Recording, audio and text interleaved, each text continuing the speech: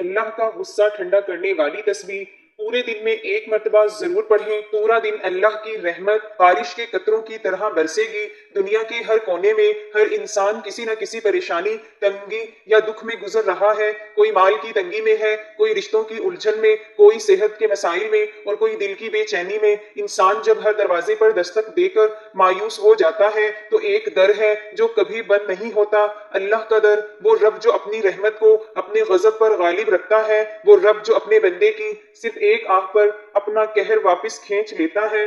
اللہ رب العزت کے صفاتی ناموں میں سے ایک نام الرحمن ہے، یعنی نہایت مہربان۔ اسی طرح الغفور اور الحلیم بھی اس کی رحمت و بردباری کو ظاہر کرتے ہیں، لیکن ہمیں یہ بھی یاد رکھنا چاہیے کہ اللہ جبار و قہار اور منتقم بھی ہے۔ جب بندہ حد سے تجاوز کرتا ہے، ظلم کرتا ہے، گناہوں کی دلدل میں اتر جاتا ہے تو کبھی کبھی رب کائنات غضبناک بھی ہو جاتا ہے، لیکن اللہ تعالیٰ نے اپنے غضب کو ٹھنڈا کرنے کے لیے اپنے کلام میں ایسے راز چھپا دیے ہیں جن کو ہم تسبیحات کہتے ہیں۔ یہ وہ الفاظ ہیں جنہیں پڑھ کر نہ صرف بندے کے گناہ معاف ہو جاتے ہیں بلکہ اللہ کا غضب ٹھنڈا ہو جاتا ہے اور اس کی رحمت بارش کے قطروں کی طرح برسنے لگتی ہے۔ رسول اللہ صلی اللہ علیہ وسلم کا فرمان ہے، جب بندہ اللہ کا ذکر کرتا ہے تو اللہ کی رحمت اس پر چھا جاتی ہے، فرشتے اس کے لیے دعائیں کرتے ہیں اور اللہ کی ناراضی دور ہو جاتی ہے۔ ایک ایسی ہی تسبیح جس کا ذکر احادیث میں آیا ہے وہ ہے سبحان اللہ و بحمدہ، سبحان اللہ العظیم۔ یہ دو جملے اللہ کے وہ کلمات ہیں جو اس کے سب سے پسندیدہ الفاظ میں سے ہیں۔ ان کلمات کی عظمت کا اندازہ اس بات سے لگایا جاتا ہے کہ نبی کریم صلی اللہ علیہ وسلم نے فرمایا کہ یہ دونوں کلمات اللہ کو بہت محبوب ہیں، زبان پر ہلکے، میزان میں بھاری اور اللہ کے نزدیک محبوب ہیں۔ یہ تسبیح نہ صرف بندے کے گناہوں کو مٹا دیتی ہے بلکہ اللہ کے غصے کو بھی ٹھنڈا کرتی ہے۔ حدیث شریف میں آیا ہے کہ جس نے دن میں ایک مرتبہ سبحان اللہ و بحمدہ 100 مرتبہ پڑھا، اس کے تمام گناہ معاف کر دیے جاتے ہیں، خواہ وہ سمندر کی جھاگ کے برابر کیوں نہ ہو۔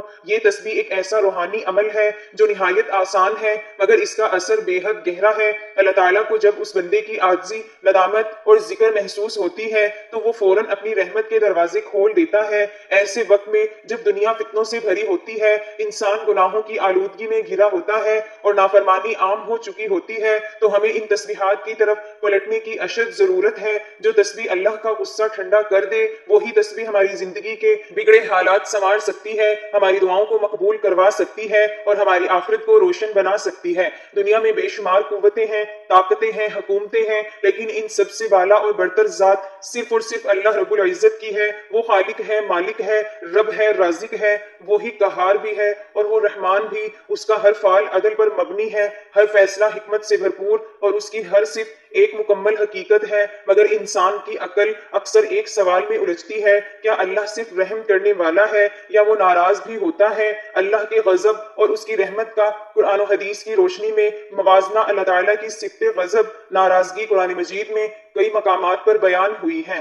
لیکن یہ بات انتہائی اہم ہے کہ اللہ کا غضب کبھی بغیر وجہ کے ظاہر نہیں ہوتا۔ وہ اپنی مخلوق پر مہربان ہے، مگر جب انسان سرکشی، نافرمانی اور ظلم کی حد پار کر لیتا ہے تو اللہ کے غضب کی چنگاریاں بھڑک اٹھتی ہیں۔ قرآنی آیات میں غضب کا بیان سورۃ بقرہ اور ان پر اللہ کا غضب نازل ہوا، یہ اس لیے کہ وہ اللہ کی آیات کا انکار کرتے، نبیوں کو ناحق قتل کرتے اور نافرمان وحد سے بڑھنے والے تھے۔ یہ آیت یہود کے اعمال پر نازل ہوئی جنہوں نے اللہ کی نعمتوں کے باوجود انکار کیا اور حد سے تجاوز کیا۔ سورۃ مائدہ، تم ان میں سے بہتوں کو دیکھو گے کہ وہ کافروں سے دوستی کرتے ہیں، یقیناً وہ جو کچھ کرتے ہیں وہ برا ہے، جس پر اللہ کا غضب نازل ہوتا ہے اور وہ ہمیشہ کے لیے عذاب میں رہیں گے۔ سورۃ فتح، اور ان پر اللہ کا غضب ہے اور اس نے ان پر لعنت کی اور ان کے لیے جہنم تیار کی اور وہ کیا ہی برا ٹھکانہ ہے۔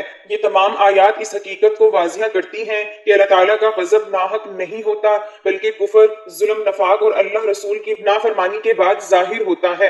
اللہ کی رحمت ہر چیز پر غالب۔ جہاں قرآن میں اللہ کے غضب کا ذکر ہے وہاں اس کی رحمت کا بھی بیان کئی گنا زیادہ موجود ہے۔ اللہ کی رحمت اس کے غضب سے زیادہ ہے۔ نبی کریم صلی اللہ علیہ وسلم نے فرمایا کہ اللہ تعالیٰ نے رحمت کو 100 حصوں میں تقسیم کیا، ایک حصہ دنیا میں رکھا جس سے مخلوق ایک دوسرے پر رحم کرتی ہے، باقی 99 حصے اس نے اپنے لیے محفوظ رکھے ہیں قیامت کے دن کے لیے۔ قرآن میں اللہ کی رحمت سورۃ اعراف، میری رحمت ہر چیز پر وسیع ہے، یہ وہ آیت ہے جو اللہ کے اس فرمان کو بیان کرتی ہے کہ وہ اپنے بندوں پر رحم کرنے والا ہے چاہے وہ کتنے ہی گناہگار کیوں نہ ہوں۔ سورۃ زمر، کہہ دو اے میرے بندو جنہوں نے اپنی جانوں پر زیادتی کی، اللہ کی رحمت سے نا امید نہ ہو، بے شک اللہ سارے گناہ معاف کر دیتا ہے۔ یہ آیت ان سب گناہ گاروں کے لیے امید کی کرن ہے جو توبہ کے دروازے پر آنا چاہتے ہیں۔ سورۃ نحل۔ اگر تم اللہ کی نعمتوں کو گننے لگو تو ان کو شمار نہ کر سکو گے، یہ اس کی رحمت کی وسعت کا اظہار ہے جو ہر لمحہ ہمارے ارد گرد ہے۔ رسول اللہ صلی اللہ علیہ وسلم سے ایک حدیث قدسی روایت ہے، میری رحمت میرے غضب پر غالب آ چکی ہے۔ یہ حدیث نہایت اہم ہے کیونکہ اس میں اللہ تعالیٰ خود اپنی صفت رحمت کی برتری کا اعلان فرما رہا ہے۔ یہ اعلان ہمیں مایوسی سے نکالتا ہے اور توبہ کی امید دلاتا ہے۔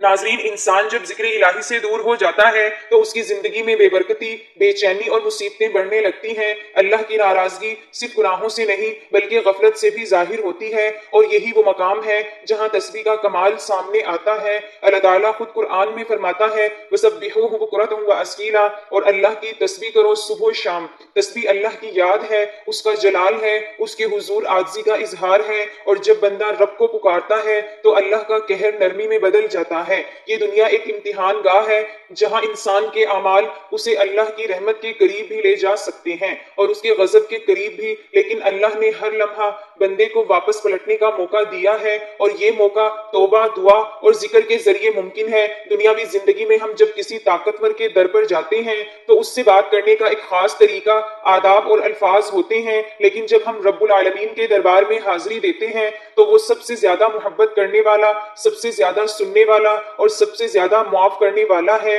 اس رب کو راضی کرنے کے لیے جو سب سے خوبصورت ذریعہ ہے وہ ہے تسبیح۔ تسبیح صرف زبان سے ادا کیے جانے والے الفاظ نہیں بلکہ یہ دل کا جھکاؤ، روح کا جھکاؤ اور اللہ کی عظمت کا عملی اعتراف ہے۔ تسبیح عربی لفظ صبح سے نکلا ہے جس کے معنی ہے اللہ کی پاکی بیان کرنا، اسے ہر نقص، کمی اور عیب سے پاک ماننا۔ تسبیح کے ذریعے ہم اللہ کی بڑائی، عظمت اور کمال کو مانتے ہیں، اور جب بندہ دل سے اللہ کی تسبیح کرتا ہے تو زمین، آسمان، ہوا، پانی، حتیٰ کہ کائنات کی ہر چیز اس کے سامنے شامل ہو جاتی ہے۔ تسبیح ایک ایسا عمل ہے جو دل کو اللہ کے قریب اور زندگی کو بابرکت بناتا ہے۔ قرآن مجید میں تسبیح کا تذکرہ تقریباً ہر دوسرے پارے میں آتا ہے۔ اللہ تعالیٰ نے خود فرمایا کہ سورۃ حدید، اللہ کی تسبیح کی ہر وہ چیز جو آسمانوں اور زمین میں ہے۔ سورۃ حشر، وہی اللہ ہے جس کی تسبیح ہر چیز کر رہی ہے۔ سورۃ طٰہٰ، تو اپنے رب کی تسبیح کر صبح و شام اور رات کے کچھ حصے میں بھی۔ یہ آیت ہمیں یہ سکھاتی ہے کہ تسبیح کوئی اختیاری عبادات نہیں بلکہ فطری عمل ہے۔ اگر انسان نہ کرے تب بھی کائنات اللہ کی تسبیح کر رہی ہے۔ اللہ تعالیٰ جس طرح اپنی ذات میں بے مثل اور بے مثال ہیں، اسی طرح اس کی ہر صفت ازلی، ابدی اور لامحدود ہے، تاہم اس کی صفت رحمت سب سے بڑھ کر ہے۔ قرآن مجید میں ارشاد ہے میری رحمت وسیع ہے ہر شے پر۔ حاملین عرش مومنین کے حق میں اللہ کے حضور بخشش کی دعا کرتے وقت کہتے ہیں اے پروردگار، تیری رحمت ہر چیز پر پھیلی ہوئی ہے، بس تو بخش دے ان لوگوں کو جو توبہ کریں۔ یہ حدیث بھی اللہ تعالیٰ کی رحمت کا مظہر ہے کہ جو شخص نیکی کا ارادہ کرتا ہے اس کے نام اعمال میں ایک نیکی کا ثواب لکھ دیا جاتا ہے، اگرچہ وہ شخص اپنے ارادے پر عمل نہ کر سکے، اور اگر وہ اپنے ارادے کے مطابق نیک کام کر لے تو اسے 10 نیکیوں کے برابر بلکہ 700 یا 700 بھی زیادہ نیکیوں کا ثواب دیا جاتا ہے۔ اس کے برعکس اگر کوئی شخص برائی کا ارادہ کرتا ہے تو اس کے حساب میں وہ برائی نہیں لکھی جاتی، بلکہ اگر وہ برائی کے ارادے پر عمل نہیں کرتا تو اسے ایک نیکی کا ثواب ملتا ہے۔ اگر وہ اپنے برے ارادے کے مطابق برائی کر گزرے تو اس کے نام اعمال میں صرف ایک ہی برائی درج کی جاتی ہے۔ گویا اللہ تعالیٰ اپنے بندوں پر مہربان ہے، وہ اپنے بندوں کی خطائیں معاف کرنا چاہتا ہے اور نیک کاموں پر زیادہ سے زیادہ ثواب دیتا ہے۔ ارشاد باری تعالیٰ ہے جو کوئی ایک نیکی لاتا ہے اس کے لیے 10 گنا اجر ہے، اور جو کوئی ایک برائی لاتا ہے تو اسے بس اس کی جزا ملے گی اور لوگوں پر ظلم نہیں کیا جائے گا۔ اللہ تعالیٰ اپنے بندوں پر بے حد مہربان ہے، بس اس کی رحمت کا دروازہ کھٹکھٹانے کی ضرورت ہے۔ ایک حدیث میں ہے کہ اللہ تعالیٰ کے پاس 100 رحمتیں ہیں، ان میں سے ایک رحمت اس نے جن، انسان، جو پاپیوں اور زہریلے جانوروں میں بھیجی ہے۔ اس رحمت کے سبب سے وہ آپس میں پیار، محبت اور مہربانی کرتے ہیں، جبکہ 99 رحمتوں کو اللہ تعالیٰ نے قیامت کے لیے اٹھا کر رکھا ہے کہ وہ ان سے اس دن اپنے بندوں پر رحم کرے گا۔ ایک روایت میں ہے کہ ایک شخص جس نے کبھی کوئی نیک کام نہیں کیا تھا، موت کے وقت اپنے گھر والوں سے کہا کہ جب میں مر جاؤں تو مجھے جلا دینا، پھر آدھی رات جنگل میں اڑا دینا اور آدھی دریا میں بہا دینا۔ خدا کی قسم اگر اللہ نے مجھ پر قابو پا لیا تو وہ مجھے ایسا عذاب دے گا جیسا دنیا میں پہلے کسی کو نہ دیا ہوگا۔ جب وہ بندہ مر گیا تو اس کے بیٹوں نے اس کی وصیت کے مطابق عمل کیا، اللہ تعالیٰ نے دریا کو حکم دیا اور اس کے اندر کی راہ کو جمع کی، پھر جنگل کو حکم دیا، اس کے اندر کی راہ کو جمع کی، پھر اللہ تعالیٰ نے اس سے پوچھا تو نے ایسا کیوں کیا؟ اس نے عرض کیا پروردگار تیرے خوف سے، اور تو یہ بات خوب جانتا ہے۔ اس پر اللہ نے اسے بخش دیا، اگرچہ اس شخص کی وصیت غلط تھی، مگر اللہ تعالیٰ نے اس خوف کی وجہ سے اسے بخش دیا جو اسے قیامت کے دن اللہ کے سامنے کھڑا ہونے سے تھا۔ بس اللہ تعالیٰ سے خوف کھانا اللہ کی رحمت کو متوجہ کرتا ہے۔ ایک حدیث میں ہے کہ جب اللہ تعالیٰ نے اپنی مخلوق کو پیدا کرنے کا ارادہ کیا تو ایک کتاب لکھی جو اس کے پاس عرش پر موجود ہے۔ اس کتاب میں یہ الفاظ ہیں، میری رحمت میرے غضب پر سبقت لے گئی۔ گویا اللہ کی رحمت کی کوئی حد نہیں۔ اللہ تعالیٰ کو اپنے بندوں سے اس سے کہیں زیادہ محبت ہے جتنی ایک ماں کو اپنے بچے کے ساتھ ہوتی ہے۔ ایک دفعہ جب ایک عورت کو اپنے بچے کے ساتھ والہانہ محبت کرتے دیکھا تو رسول اللہ صلی اللہ علیہ وسلم نے اپنے صحابہ کرام رضی اللہ تعالی عنہ سے فرمایا کہ کیا تمہارے خیال میں یہ عورت اپنے بچے کو آگ میں ڈال دے گی؟ صحابہ رضی اللہ تعالی عنہ نے عرض کیا یا رسول اللہ صلی اللہ علیہ وسلم ہرگز نہیں۔ اس پر آپ صلی اللہ علیہ وسلم نے فرمایا کہ اللہ اپنے بندوں پر اس سے زیادہ رحم کرنے والا ہے جتنا یہ عورت اپنے بچے پر مہربان ہے۔ پروردگار اپنے بندوں پر مہربان ہے، پھر بھی انسان اپنی بری روش، سرکشی اور نافرمانی کی وجہ سے عذاب کا مستحق بن جائے تو اس سے بڑی بدبختی اور محرومی کیا ہوگی۔ حضرت عبداللہ بن عمر رضی اللہ تعالی عنہ کہتے ہیں ہم کسی غزوے میں نبی اکرم صلی اللہ علیہ وسلم کے ساتھ تھے۔ آپ صلی اللہ علیہ وسلم ایک جماعت کے قریب سے گزرے اور پوچھا تم کون لوگ ہو؟ انہوں نے عرض کیا ہم مسلمان ہیں۔ اس جماعت میں ایک عورت ہانڈی پکا رہی تھی اور اس کا بیٹا اس کے پاس تھا۔ جب آگ کا شعلہ بلند ہوتا تو عورت لڑکے کو پیچھے ہٹا لیتی۔ پھر عورت نبی صلی اللہ علیہ وسلم کی خدمت میں حاضر ہوئی اور عرض کیا کیا آپ صلی اللہ علیہ وسلم اللہ کے رسول ہیں؟ آپ صلی اللہ علیہ وسلم نے فرمایا کہ ہاں۔ عورت نے پوچھا میرے ماں باپ آپ صلی اللہ علیہ وسلم پر قربان، کیا اللہ بہت رحم کرنے والا نہیں؟ فرمایا ہاں۔ عورت نے کہا اللہ اپنے بندوں پر اس سے زیادہ رحم کرنے والا نہیں ہے جتنا کہ ایک ماں اپنے بچوں پر رحم کرتی ہے۔ فرمایا ہاں۔ عورت نے کہا ماں تو اپنے بچے کو آگ میں نہیں ڈالتی، پر رسول اللہ صلی اللہ علیہ وسلم نے سر جھکا لیا اور روتے رہے۔ پھر سر اٹھا کر فرمایا اللہ تعالیٰ اپنے بندوں پر عذاب نہیں کرتا سوائے ان لوگوں پر جو سرکش ہیں، یعنی اللہ سے سرکشی کرتے اور اس کا حکم نہیں مانتے اور لا الہ الا اللہ کہنے سے انکار کرتے ہیں۔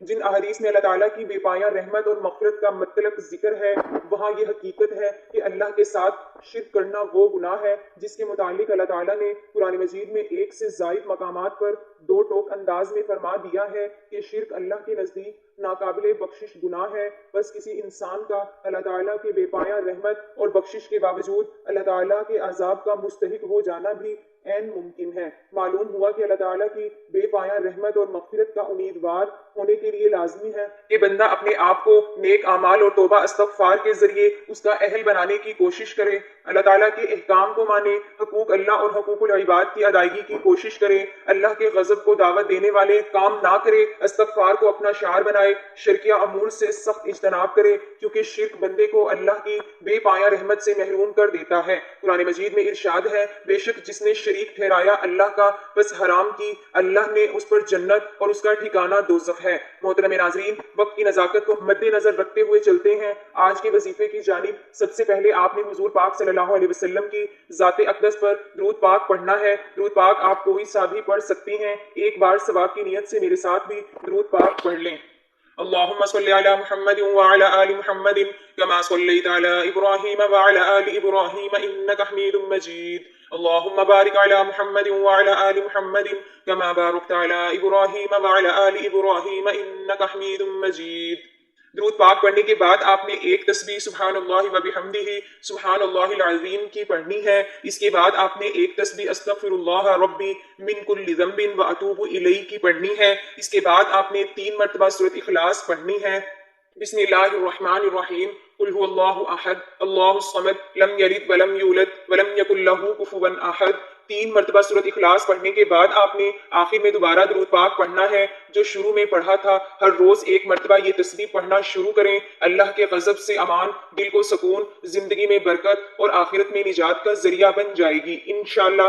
آخر میں میری اللہ تعالیٰ سے دعا ہے کہ اللہ تعالیٰ ہم سب کو نیک اعمال کرنے کی توفیق عطا فرمائے۔ اللہ تعالیٰ نیکی کی بات کو سننے سمجھنے اور اس پر عمل کرنے کی طاقت اور توفیق دے۔ میرا سنانا اور آپ کا سننا اپنی پاک بارگاہ الہی میں قبول و منظور فرمائے۔ جو مانگا مقدر مقدر فرمائے، جو نہیں مانگ سکے بن مانگے عطا فرمائے، آمین۔ ناظرین، آپ سے گزارش ہے کہ اپنے رزق میں برکت، وسعت اور کشادگی کے لیے اللہ تعالیٰ کے 99 ناموں میں سے کوئی ایک نام لکھ کر کمنٹ سیکشن میں ضرور شیئر کریں۔ اللہ تعالیٰ ہم سب کا حامی و ناصر ہو، آمین۔ جزاک اللہ۔